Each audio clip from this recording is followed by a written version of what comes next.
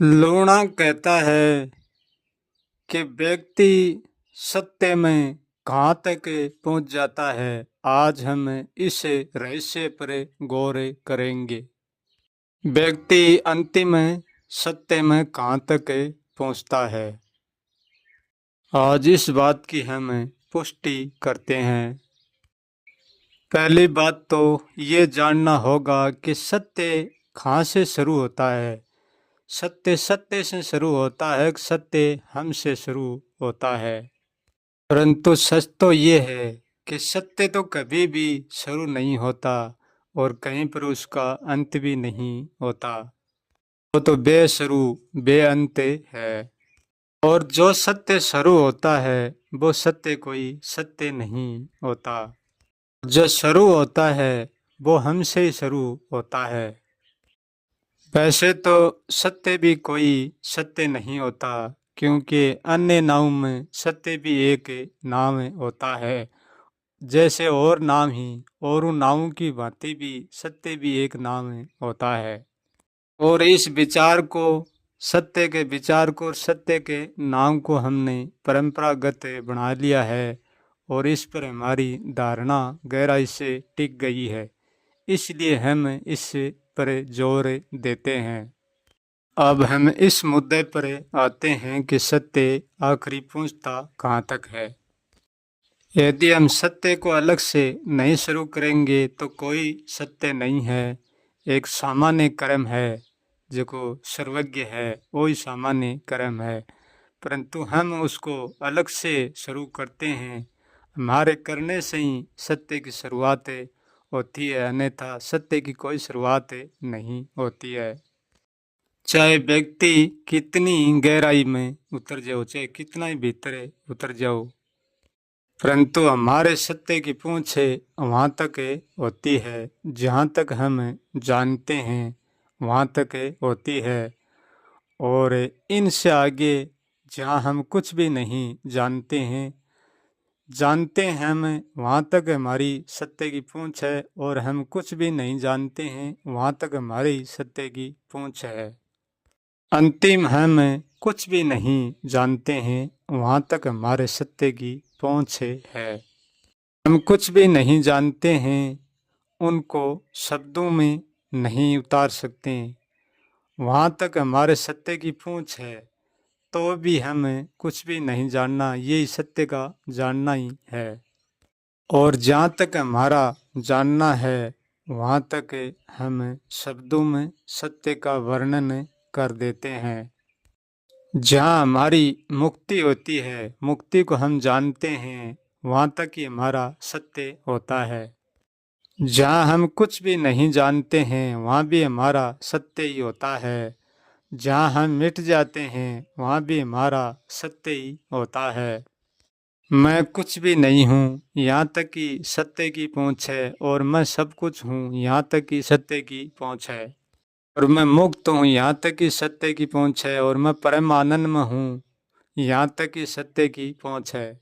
जहाँ तक हमारा जानना खत्म हो जाता है और हमारा न जानना भी खत्म हो जाता है, वहाँ तक हमारे सत्य की पहुँच है। जहाँ तक हम समझते हैं, जहाँ तक हम अनुभव से जानते हैं, वहाँ तक ही हमारा सत्य होता है। उसके आगे हमें पता नहीं क्या होता है, क्या नहीं होता है। जिस जगह से हम चलकर जिस सत्य में हम पहुँचते हैं, उसी सत्य से चलकर वापिस उसी जगह में आया भी जा सकता है। क्योंकि सत्य में जाया जा सकता है तो आया भी जा सकता है। और जो आया जा सकता है, जाया जा सकता है, जाना जा सकता है, न जाना जा सकता है, वो कभी सत्य नहीं हो सकता। एक जन्म और मरण से ज़्यादा कुछ भी नहीं हो सकता। जितना हम सत्य को ज़्यादा जानते हैं और जितना सत्य के करीब होते हैं, इतना ही हम सत्य से दूर हो जाते हैं और सत्य से टूट जाते हैं। क्योंकि सत्य तो सदा अटूट है, सत्य कभी नहीं टूटता है। हम सत्य से टूटते हैं। सत्य हमारे भीतर प्रकट नहीं होता है, हम सत्य को प्रकट करते हैं। जितना हम सत्य से टूटते हैं, इतना ही हम शब्द रूपी कचरे में बिखर जाते हैं। अब यहाँ प्रश्न ये उठता है कि यदि हम सत्य को जानकर सत्य से टूटते हैं और सत्य से टूटकर बिखरते हैं, तो हम सत्य को जानते ही क्यों हैं? सत्य को प्रकट ही क्यों करते हैं?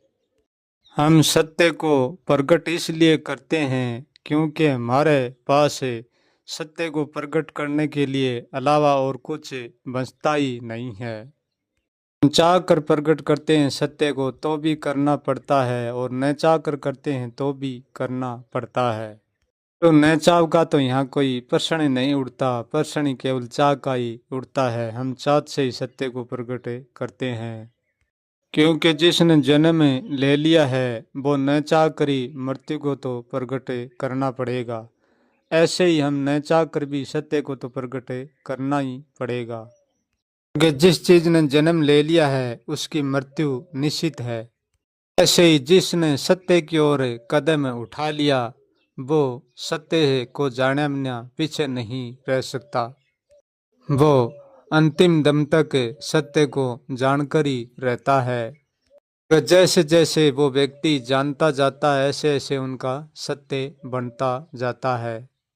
इतना बोलने में आता है इतना तो वो बोल देता है और बाकी अनबोला रह जाता है। जो कर्म की ओर लगा रहता है वो तो कर्म में ही मर मिटता है, सत्य की ओर नहीं बढ़ता है। जो सत्य की ओर लग जाता है वो सत्य से पहले नहीं रुकता है। तो सत्य की शुरुआत कोई बिरला ही करता है और सब कर्म से ही मर मिटते हैं।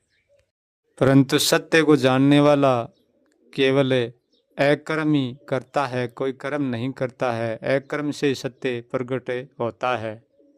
सत्य में जानना ही कर्म शेष है, उनके अलावा और कोई कर्म नहीं बचता है।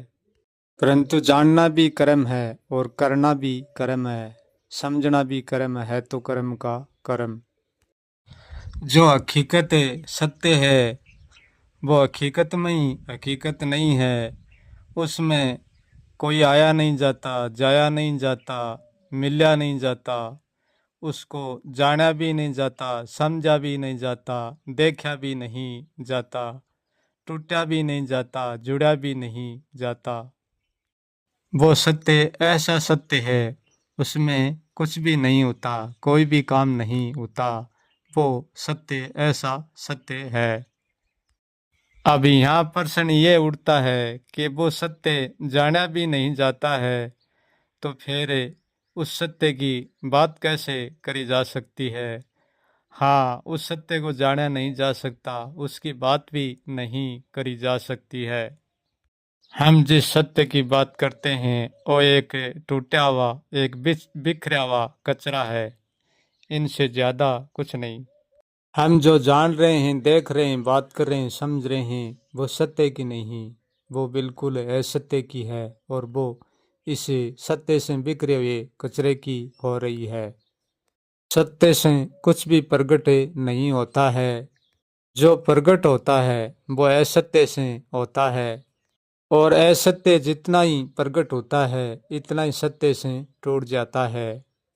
क्योंकि जो प्रगट होता है उसको टूटना पड़ेगा, क्योंकि जो जन्मा है उसको मरना पड़ेगा, और जो अजन्मा है उसको जन्मना पड़ेगा, और जन्मा है उसको मरना पड़ेगा।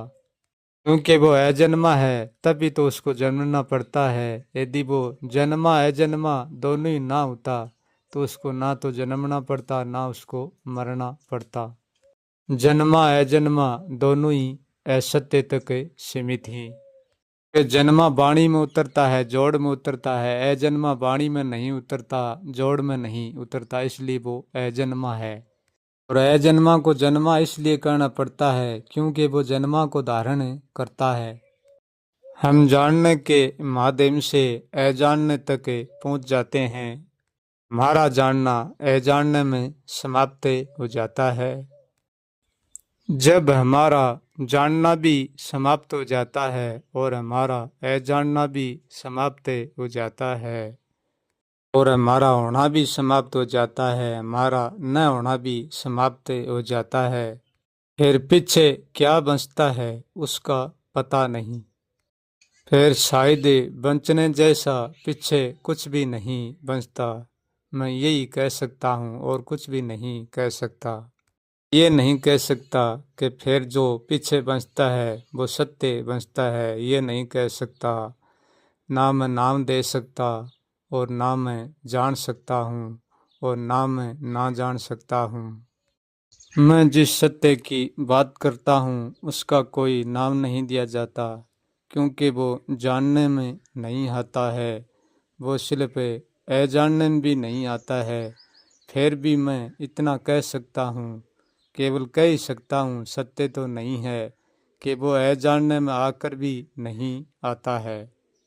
क्योंकि सत्य की जानने की और अजानने की कोई जरूरत नहीं पड़ती है। जिस जानने में अजानना है और जिस अजानने में जानना है वो सत्य नहीं हो सकता। क्योंकि जहाँ तक जानना है और जहाँ तक नहीं जानना है वहाँ तक सत्य कहीं पर भी नहीं होता है। यदि हमारे जानने का और न जानने का सत्य सही है तो फिर वो सत्य हमारा बनाया हुआ सत्य है। क्योंकि जानना न जानने की घटना है और न जानना जानने की घटना है। सत्य कोई घटना नहीं है। हम ये नहीं कह सकते हैं कि जो एक रस रहता है वो सत्य होता है, क्योंकि जो एक रस रहता है वो भी सत्य नहीं हो सकता। क्योंकि ये जानना न जानना दोनों एक रस ही रहते हैं, ये घटित होकर भी एक रस रहते हैं। ये जानना न जानना बनते बिगड़ते हैं जरूर है, परंतु फिर भी एक रस रहते हैं। कि जो एक रस रहता है वो ही दो रस रहता है। सदा एक रस नहीं रहता है, वो कभी दो रस भी नहीं रहता।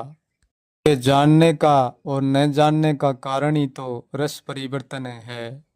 क्योंकि जानना ही तो जीवन है, यदि कुछ भी ना जाने तो कोई जीवन तो नहीं है।